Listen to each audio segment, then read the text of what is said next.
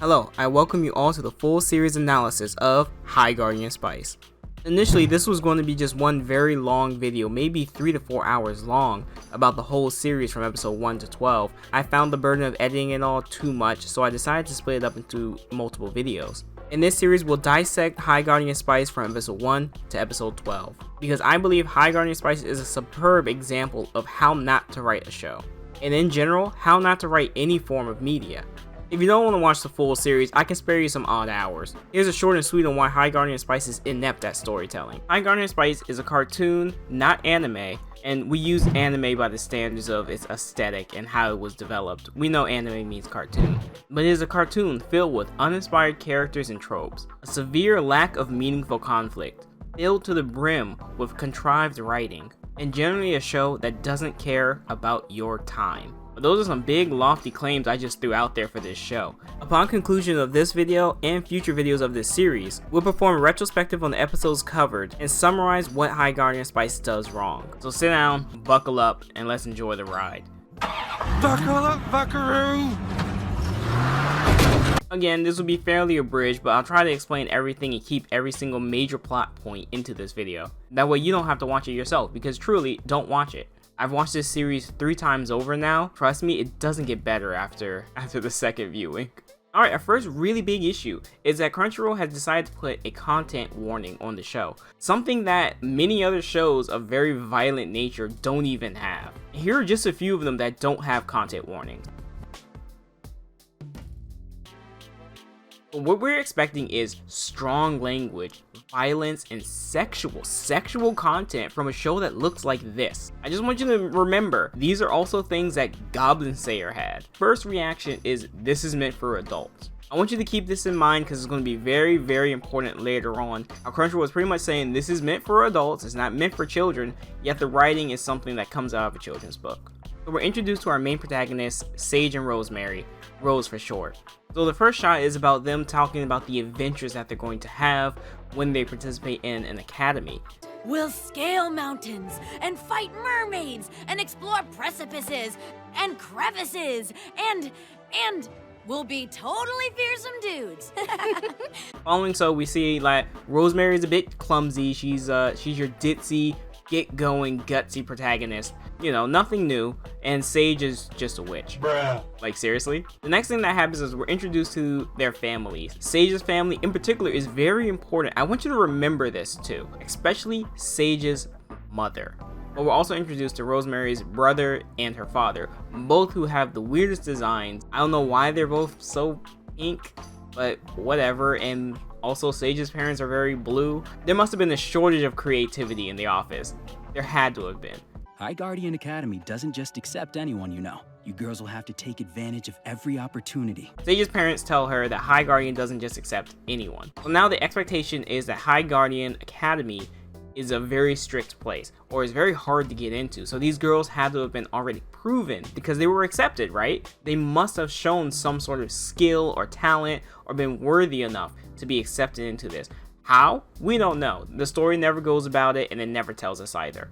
We just have to go and say our characters are special and they get accepted towards a special school. But again, more things to remember. Remember that High Guardian Academy is meant for like the elites, the best of the best. I'm glad you're wearing the locket. Your mom would be so proud of you. Would be. Mom is proud of you. We now have hints that Rosemary's mother is out of the picture in some shape or form. This is the first hint towards that. And so past here, the parents don't play any other role inside of the show at all. They are better off being in flashback. We spend a minute here with the family, but they play no significant role later on. And again, I just want you to remember Sage's mother. It'll come up for later. From here, the girls are now leaving their hometown. Remind you, a town we have never seen. They were never in it at any point in time during this story, unless the gate that we see is part of Pebble, but right now it just looks like they're in some random plains. So we leave Pebble without ever seeing the town. And from there we jump straight to the opening, and a very awkward jump as well. The aforementioned scene seems like just an afterthought now. Like, oh, we need to have this before our opening. And if I can talk about the opening real quick, I think it's bog standard at best. The animation team isn't very good at animating. Also, they don't have a lot of creativity, let's just be honest here. There's not too much going on in it. Everything you've seen in other anime before, other cartoons done better. I think this is one of High Guardian Spice's biggest underlying issues. It has nothing to offer.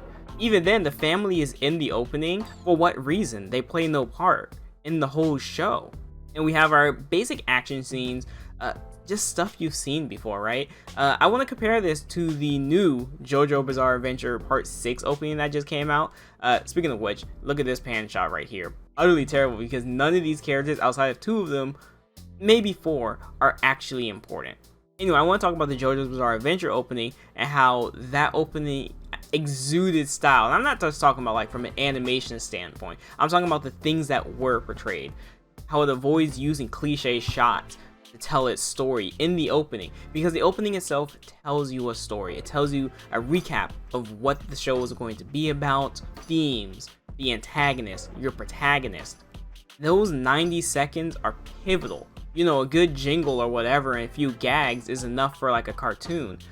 They went for the anime approach from people who only understand anime from a base level. The music is okay, it's whatever, you know, singing is hard, so I'm not gonna, you know, trash the song.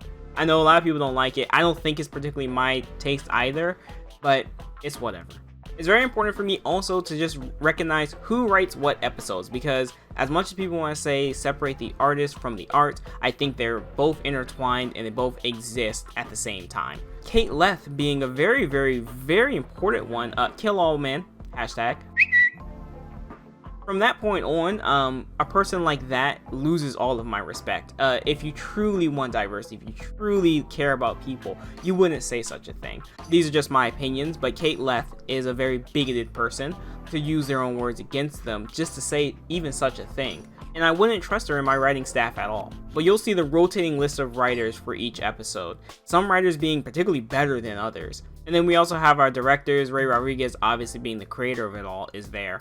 We cut to the girls on their travels. Now, we're going to cut a lot because this is essentially filler. Nothing happens on their way to Lingard at all. This episode is called Journey to Lingard.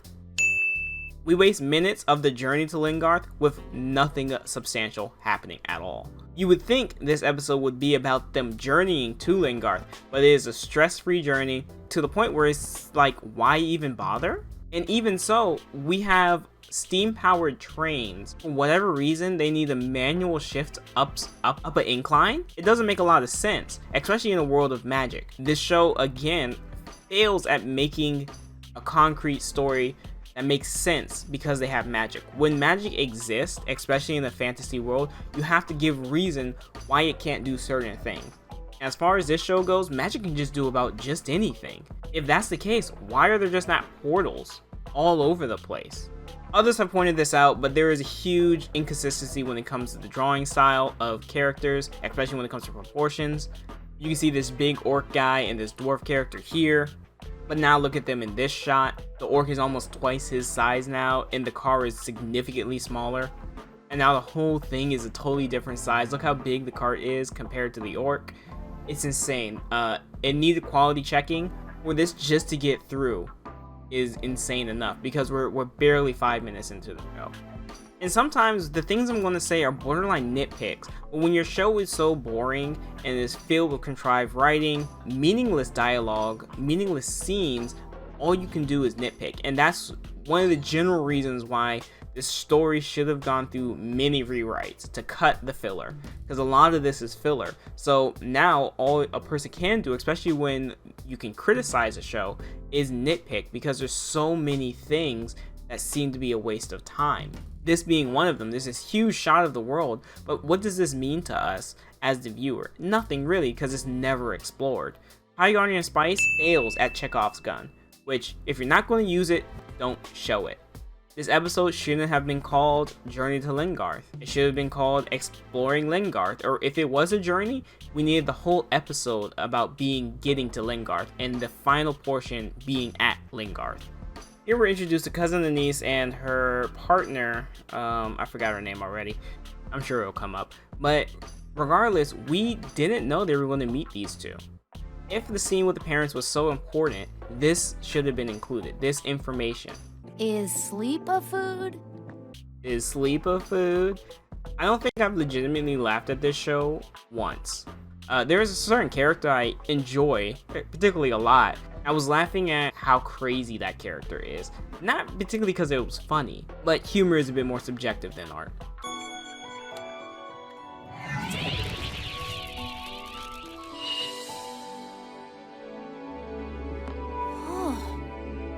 So again, we bring up the point of, if this is the potential of new magic, why does strife exist in this world at all?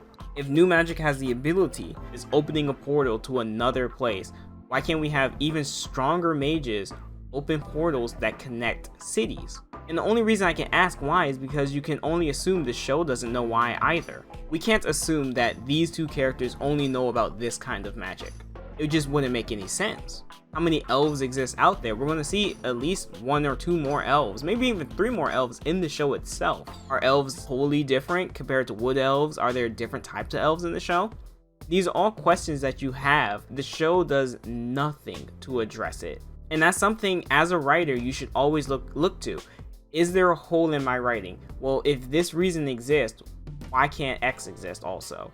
A few other people want to make note of the diversity, I'll put it in quotation marks, is so subtle that even the blind man can see it coming. And it's so in your face, it comes off as tasteless, which makes it easier to make fun of the people who created the show. You look at it and you're like, oh, obviously they would put a lesbian couple in. Oh, obviously they would put a trans character in. Oh, obviously. And so that's why it's so easy to make fun of it. We're introduced to Rosemary's mother in a flashback dream segment, which gives her her motivation, is to find her mother. We don't know anything else that's happened. We don't even know if this dream is something that she saw. It's just a bad dream she has. Why did she invoke this sort of imagery in her dream? No clue. Why would these particular types of roots look like this in her dream? Did she see it herself? Is someone projecting it to her head? We have no clue. But regardless, this flashback came a bit too early. All we need to know as the audience is that her mother is missing. Because now this scene only feels like it was just shoehorned in there because they didn't have anything else to fill the space between them getting to Lengarth and going to sleep. Because naturally, after you go to sleep, you have dreams. But this is the amateurish writing that the show was plagued with. Nice picture on the wall, real subtle. Even though it's so big, and then for whatever reason, it's in the guest room? Your marriage photo? A little tactless, right? Another thing people have already mentioned, probably too much at this point, but look at this bread PNG. Unless it's just well-drawn bread. But if it's this well-drawn, why couldn't they render the characters any better? Look who I found hanging out in the guest room. A couple of dang teens. Hope. Wasn't funny. It just wasn't funny at all. Not one bit of it was funny. What do you two plan to do with your last day of freedom? We're gonna take a look around, see the city. I want to go see the market and the gardens and the castle. Remind you, High Guardian Academy is a place meant for elites. They don't think about training or doing anything. In fact, their day off before is they want to go have fun. Are they going to a school for warriors or children? I know they're children, but they live in a fantasy world. We can assume they don't live the same lives as us. It begs the question, how did they get accepted? At the least, Sage might have got accepted, but how did Rosemary get accepted? Because she has her mom's sword? Is it just nepotism because she was her mom's daughter? Next is included a scene where we see an animal take Rose's pendant, a thing that her father said treasure. Why? Because we can assume it's important to her. What's in it? She says cheesecake. In reality, it was a picture of her mom. A good twist, I guess. This scene only ends up being a way to break the chain in order to introduce Parsley. Once again, the show has effectively wasted a lot of your time. There is no central conflict at all in this first episode. It's equal to filler. Every issue is resolved as soon as it's brought up. A telling sign of an amateur writer, someone who doesn't want to bring up conflict towards their main characters. And when they do, they solve it as soon as possible. Danger is like a flock of birds. It swoops all into your business when you least expect it. Aha! Sorry. Didn't expect anyone I'm back so here. sorry. We're also introduced to Rosemary's clumsiness, something we saw in the beginning of the episode, so at least it's consistent. This clumsiness introduces Time, the best character in the show, or at least one of the best characters, because she isn't the same archetype as everyone else. But the writers blew their load a little too fast, and they should have waited to introduce this character. More often than not, when you have an antagonistic protagonist, you know, someone who starts off as a bit hot and heavy, but ends up being a friend later on, you make that episode about them, and how the protagonist wins them over. This isn't the case. Time herself is just carrying books, just random books. What is she carrying? Who knows? Who cares? They just wrote it like this, that way they can introduce her as a character. We don't even get her name, we just get to see her. Introducing all of your characters, both Parsley and Time this way, creates a very sloppy introduction towards the character. Especially if they're main characters. Time and Parsley are both main characters, so they both need an episode to themselves to develop and provide us a reason to believe why we should care about them. Time herself will get plenty of time to shine, but Parsley not so much. So finally the girls make it at the end of the episode after wasting a lot of time doing nothing. No conflict, no nothing. For those who say there doesn't have to be conflict in every episode, I disagree with you, because it makes for less engaging content in general. But we're watching characters, and characters strive off of conflict. So what happens in this first episode? We say bye to the parents, never to see them again. We say bye to the hometown we were never in, just to never see it again. We go through multiple transportation methods to get to Lingard, see a bunch of shots of the world, never to see it again. We go around the town, not to interact with characters, but just to introduce them, just where we can see them later on. There's nothing wrong with Time or Parsley being seen in shots, but they were definitely introduced in a mismanaged way. Every scene that builds up to their introduction is 100% contrived. Rosemary has to swing her sword around in public just so she can run into Time. The animals have to take her pendant just so they can run into Parsley. So effectively, episode 1 is filler. The only character that benefited out of this whole episode is Rosemary with a shallow motivation. And then let's talk about the ending real quick.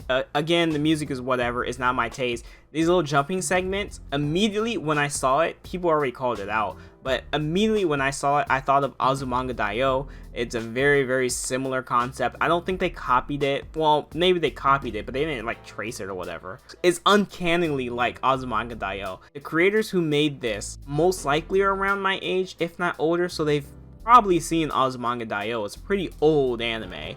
So I can only feel like they were also influenced by Azumanga Daioh as well. But they definitely should have went with something else. And if Azumanga Daioh in that era of anime is like their influence, the show was doomed from the start. Next episode is Disorientation Day. I think by far maybe the worst episode, if not episode 3. This one's in competition for being one of the worst episodes. Episode 1 is terrible, but I think this one's pretty bad too. Again, written by Kate Leth-Kill-All-Man. And not even directed by Ray Rodriguez, our creator, you know? So not directed by Ray Rodriguez at all. The director is like a pivotal part of how the show is going to be. There's not even an animation director, at least not from the openings that I saw. There might be one listed in the credits. Oh man, I am so happy to have found you two. A friend! Sage, look! Friend. Not just one friend. You! You know each other? That's so cool. Time's my roommate. So finally we can have all the girls together. They've made a shallow friendship out of saying hi to each other, I guess, yesterday. I just want you to imagine that if the locket was still broken and they still needed a way to get it, that Rosemary was upset about that still. And even though it's her first day at school, she's upset that her locket broke and she's looking to get it fixed. During class, she figures out that there's a blacksmithing class, and then she goes to the blacksmithing class and she meets Parsley there, who can help fix her thing. It's a way more organic introduction to Parsley because Rose is actively seeking out a way to fix the thing that is said to be very important to her. Instead, Sage is the one who's like, yeah, let's go get it fixed at a blacksmith. We welcome you, our first-year students, and commend you for being chosen. You've each been selected for your exceptional qualities, which you will hone over the course of 3 years. So they say they pick these kids because of their exceptional qualities, but we'll go through and we'll see that these kids are not exceptional by any means at all. Most of them are arrogant, just jackasses in general, unfriendly, incompatible with their teachings, except for Parsley, who was already doing what she was doing. So she went to school to keep doing more blacksmithing. She was already good at it. She was already doing it pretty much as a job. She wanted a career change. Later on, they'll say this in the story, she wanted a career change, but that effectively goes nowhere. And episode 1 sets up no merit because neither Rose or Sage do anything with their skills to show that they're worthy of being guardians. Guardianship is something special. But what is it exactly? If you knew, you wouldn't be here. We want each of you to write your own version Of the guardian vows. Which will be wrong. but that's expected. By the way, we still don't know what a guardian is. Are they a mercenary? Are they government workers? Do they work for the kingdom? Who knows? The story doesn't because it never tells you. So it's very important for the audience to know what is a guardian vow. It's similar to in Naruto, we have Naruto's Nindo, his ninja way. It's very easy, it's very self-explanatory. But as far as we know, we still don't know what a guardian is. But in Naruto, we know what a ninja is. And many of the characters in Naruto display their ninja way. But in order for the audience to get along, to follow through with your characters making a vow, a very, very important thing, something they're gonna live by, we need to know what exactly a guardian is and what is a vow. What is a vow? Is it a vow to protect people? Can I vow to just rob everyone? Can I vow just to be strong for myself? Is it selfless or is it selfish? Can it be both? Can it be none? And these are the questions the audience who are going to think more about your show are going to ask. And the show never takes a moment to answer these questions. This is inevitably the fault of the editor. Either we had a workplace of people who didn't want to be told no, or a workplace of yes men or yes women in this case. No one was given negative feedback. And it's very important, especially in life, to be called stupid. Your idea is stupid, or this is a bad idea, or this isn't good. All throughout my time on the internet, 15 years or something, even longer, I've been nothing but criticized. I think there's been like not a single thing I haven't put out there that has not been heavily criticized. It's a bit crazy to think, but I think those are the things that build a person up and it builds your creative ability. How is it that I didn't know about the vows? Am I doomed to failure? Ooh, that's good. Add doom to failure to your vows. Rosemary, those are just my feelings. Well, they'd make great vows. If it helps, Sage, I don't think we're graded on the vows thing. We just need to yell down a hole. The girls go into the school also not knowing what the vows are. How do you go to a school to be a guardian and not know the basics of guardianship? If that is the basics, this is the first thing the teachers are bringing to them. Then this is a bigger issue. If the teachers are bringing thing that new students would never know about, well, why wasn't that told to them? Or are the teachers incompetent? There's a huge issue here. The first class of the day is ethics. I just want to say, I think there's a big irony, and especially an episode with Kate Leth writing it, called Ethics, that there's a class with ethics in it. Hashtag kill all men. Truly ethical. Sounds dry. You know who won't be joining us in ethics class? A dragon. Wanna know why? Because you don't need rules when your face is a blowtorch. Again, not funny. Just not funny. Joke carried on too long. It was too direct. No character laughed. Nothing. Just nothing. Emptiness. Well, it makes sense that we're in different classes since we're on different tracks. Sage is here to master magic. So cool, Sage. You're gonna break some hearts. Thank you. And Rosemary, you're on the warrior track, like me. And Time's on both tracks since she's got that Fairy Woods background, so, you know, no two guardians have the same schedule. Parsley herself just did the job of what a teacher character probably should have done, explain the character's schedule. How are they so confused about a school system? Even for Rosemary, like, her mother was a high-ranked guardian.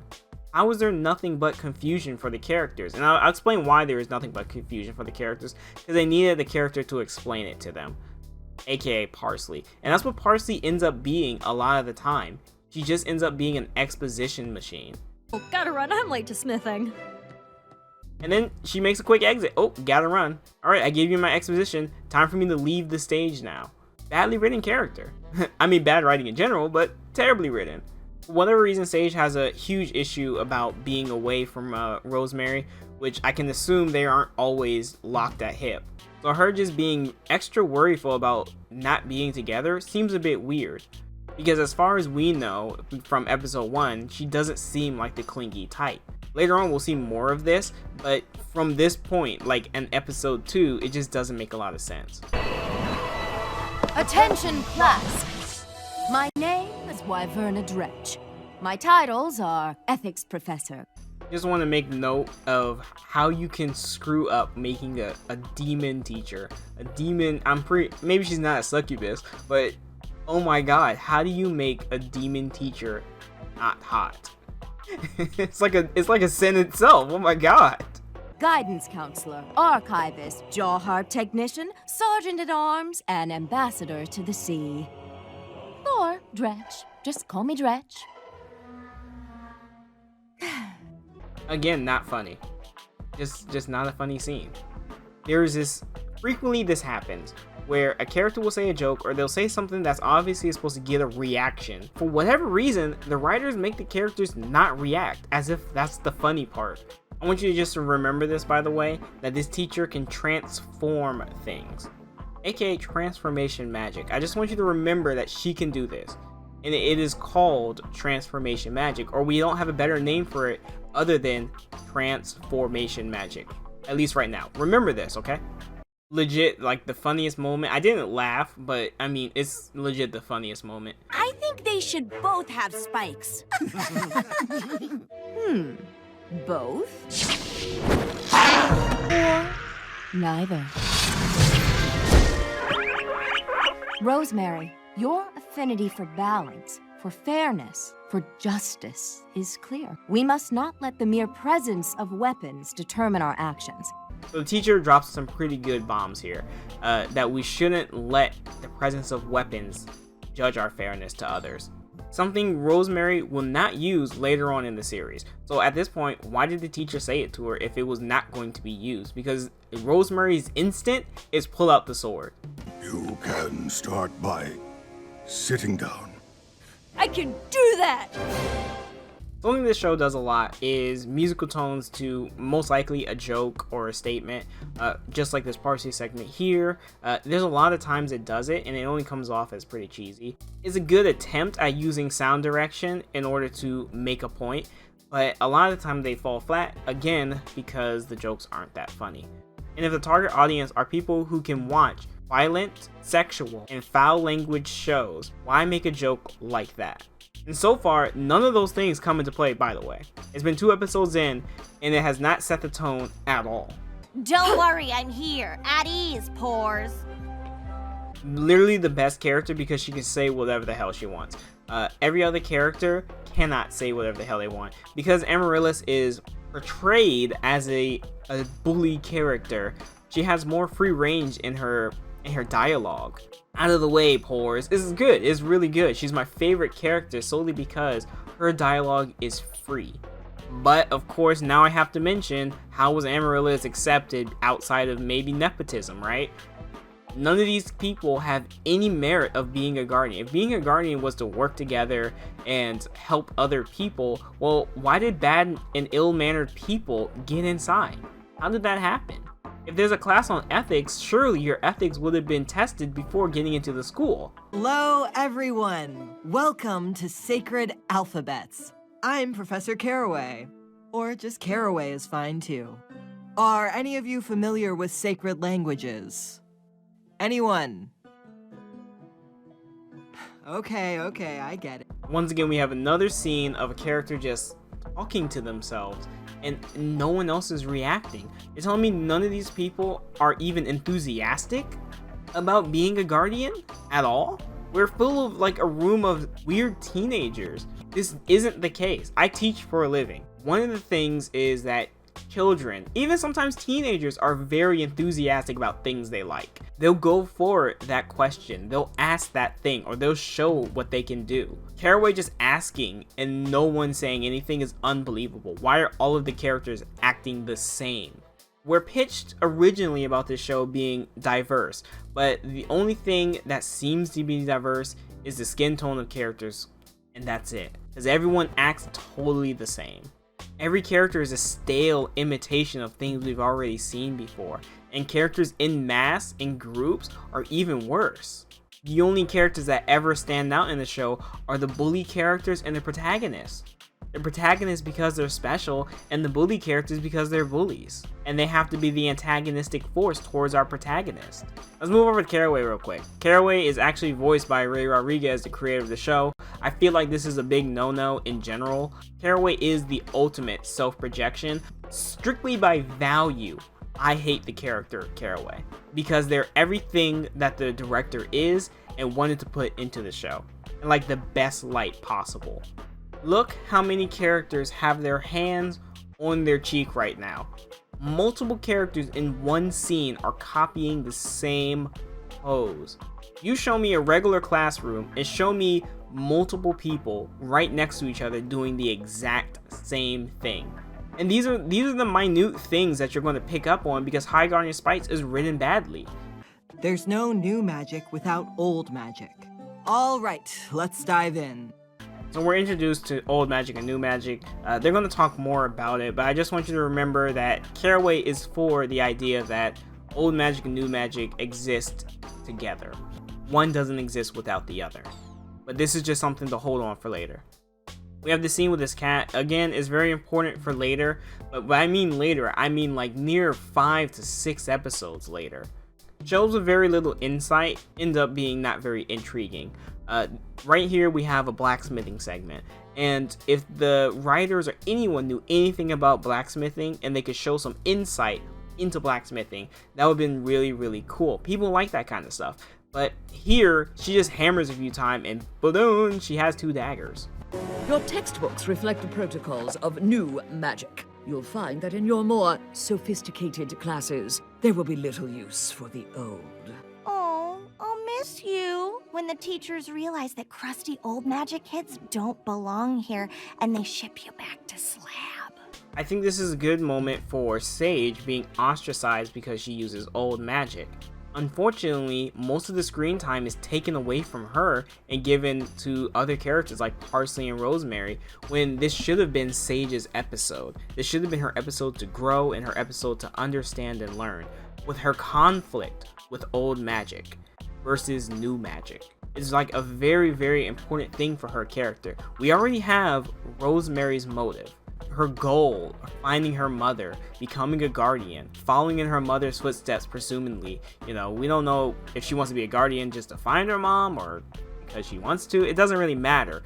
But we know she has at least a goal. Shallow one at best, but still a goal. Sage does not have one, and this episode could have been the episode to give her a proper motive. Both Parsley and Time really don't do anything important in this whole episode, especially Time. This episode could have been about Sage and Amaryllis, especially Amaryllis being Sage's antagonist for the episode. You should apologize for that posture, sweetie. You look like an invertebrate. Again, a really funny joke. I think that's the one I actually laughed at. You look like an invertebrate. It's pretty good. It's really good. But again, how did these students get in here when they're such assholes? My call is nepotism. I don't know if I can do this. Sage, listen, okay? You're 100,000 times better than all of those jerks. You belong here so much that I heard the Triad talk about making doppelgangers of you. And guess what? I'm not letting you go until you agree. So, nah. Okay. You're just so great. And when you don't think you're great, it makes me so sad. Well, I can't make you sad. Exactly.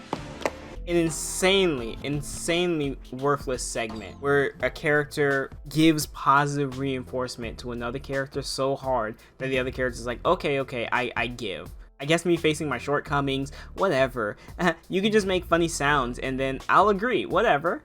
Rosemary just continues to just praise the character, and it doesn't really come off as Rosemary doing it. It comes off as the writers doing it because they made Sage feel bad or something like that. Sage has to go through some sort of issue in order to grow, but instead they just coddle her. And when I mean they, I mean literal writers. We're introduced to a teacher who I think is like one of the worst written ones because she endangers the students, but like the students were never given, or at least I shouldn't say the students, the audience was never given the thought the kids could just die in a regular class. Maybe this teacher is bluffing, we don't know because no one actually dies.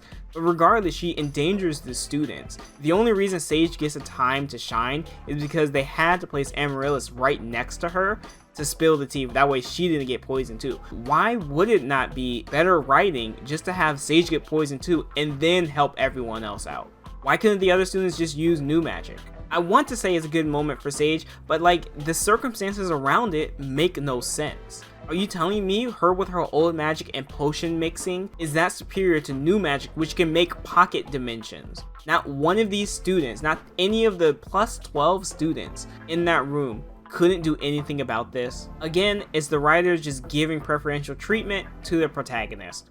It would have been far more interesting if Amaryllis and Sage both competed against each other to save the class. And this is an easy way to break Amaryllis out of her bully character phase, because let's be honest, the bully character phase, while it's good for her character to act more free, is boring. It's boring and it's been done before hundreds of times. Mind you, this show is meant for adults apparently, and we have burping dragons. For adults. Adults who watch anime on Crunchyroll, who pay subscriptions for Crunchyroll.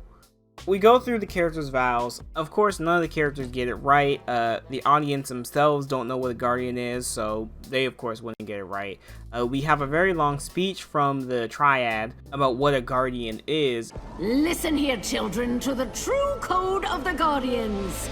To protect and keep the land, holding it dear.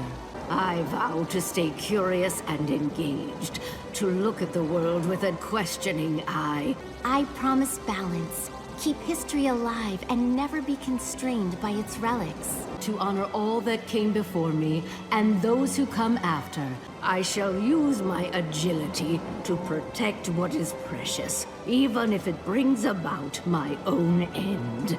I honor my name, my family, and my one true self. If I break this oath by cowardice, greed, sloth, or willful ignorance, may my body be cast upon the stones, my sword broken, and my name erased. This I vow. And they say it's not a joke, it's not a game. This isn't a game or a joke. A joy and a burden. You know, pretty much your life is on the line for this job. You're going to painstakingly work 3 years to become someone who will risk their life for someone. We don't know who yet. They mention nature and they mention history as well. We don't still know what a guardian is supposed to protect. We're assuming people, right? If the forest is going to get burned down or the city is going to get destroyed, which do they choose, right? That's truly their ethics class, but of course they won't go through such a thing. This should set the tone that these kids are going to be training in some very serious stuff. They could possibly die, which, I mean, we saw in the previous class, if the teacher wasn't bluffing, you could possibly die. Like, get yourself out of this life or death situation. While the other ones were playing with burping dragons. Spoiler alert, I guess. The next, 4 episodes are still filler. Nothing of importance will happen because the kids still learn nothing towards that goal of being a guardian, because the show will then go through a tone shift past episode 6. And the thing that we were supposed to be built up towards, this life or death school, survive to be the best, isn't mentioned until then. Everything we see from now till episode 7 is just child's play again. And so from there, you're supposed to believe that these kids are in any sort of mortal danger, that someone would maybe die. Don't make stakes like this if characters actually won't die. Spoiler alert, none of the students die. Not a single one. What's the point of saying stakes are high if no one actually dies? You're better off just not saying it at all. The kids don't take it seriously. Rosemary should have taken it seriously since her mother is a guardian. Again, her not being ready for this school makes 0 sense. Her mother risked her life being a guardian. Or at least we assume, because she's missing right now. Missing, presumed dead. If that's the kind of work a guardian might have to go through, why is Rosemary taking this lightly? Is the character just stupid? Is she just dumb? Let's be honest, it's just an oversight on the writing side. Welcome all. Congratulations on surviving disorientation. No cake? You're thinking about cake. She said cake. Didn't you hear? This isn't a game or a joke. Now let's head into a retrospective of episode 1 and 2. What I really want to talk about is why is High Guardian Spice badly written, or better yet, what makes it badly written. With the aid of the internet, I've created a chimera list of criteria that differentiates good and bad writing. Now I'm sure many would say this is just subjectivity, and I say you'd be correct in some degree. But how we judge writing as good and bad isn't just about subjectivity, it is rather about context. And these criteria are what judge that context. 1. Can we make the audience care? Are the protagonists able to get hurt physically, emotionally, spiritually? High Guardian Spice in the first 2 episodes avoids any sort of vulnerability for his characters, both for Rose's locket and Sage's old magic. Immediately when the character starts to feel vulnerable, the writers, for whatever reason, ease off the pain from the characters, immediately solving their issues once they arise. Number 2. Surprise. Nothing is worse than a predictable story. I think anyone with a functioning brain can call the things that will happen in High Guardian Spice. It takes a millimeter of critical thinking to see every single plot thread. Is High Guardian Spice able to turn cliches on their head? No. General consensus on the internet is that we don't have to change cliches, we don't have to turn them on their head, but I would highly disagree because then we'll have the samey stories all over the place. Now what happens if everyone turns cliches on their head? Then the same thing happens again.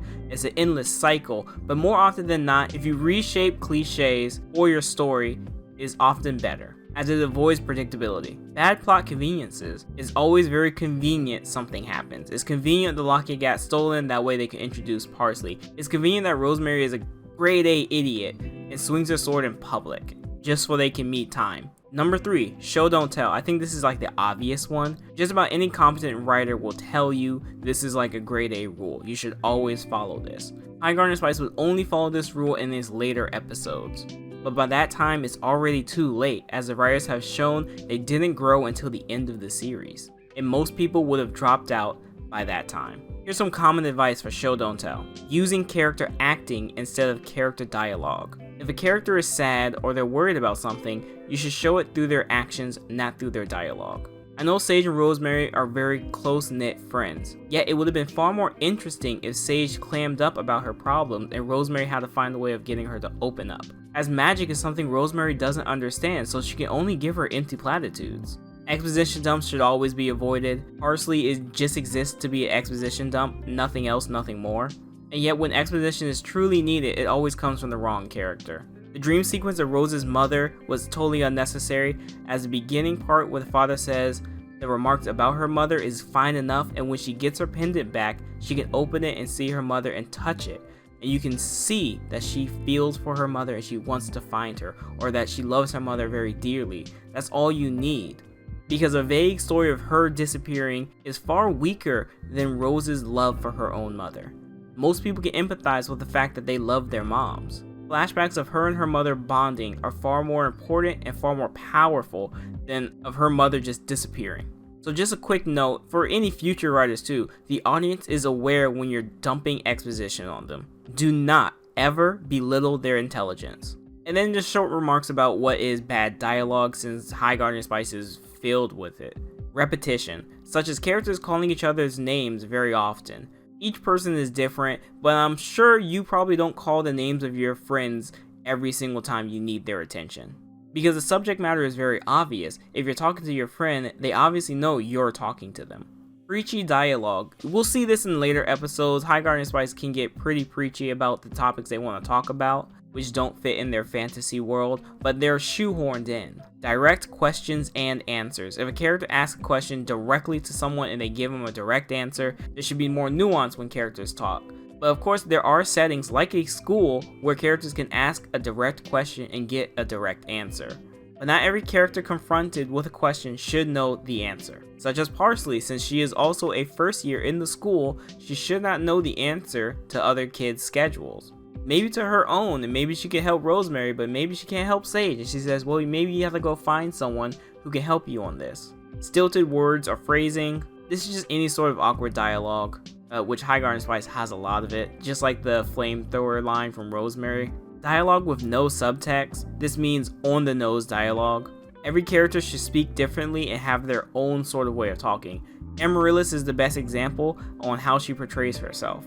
So far we haven't gotten to this, but out of place cursing. If your characters curse a lot, and there should be cursing since strong language is one of the warnings we get in the show, yeah, I think there's a total of maybe 4 to 5 curse words said in the whole series. Out of an almost 5-hour span, there's only 5 curse words, so 1 every hour. So with that in reference, you're better off not having it at all. And even then, it doesn't happen until the later half of the series. By that point, the tone shift is incredibly hard. People are going to get tonal whiplash. And then, of course, boring dialogue. Boring dialogue is dialogue that does not serve the story or its characters. If a character talks to another character and they're just saying average small talk, then it's boring. We always want to try to use things that are important to the story. Yes, people do have small talk, but if they're small talking, it's better off screen. And if your dialogue isn't serving the themes that the show is portraying, then it's better off left out. The reason I wanted to bring up his writing is because these first 2 episodes are just straight up filler. Nothing of importance happens at all.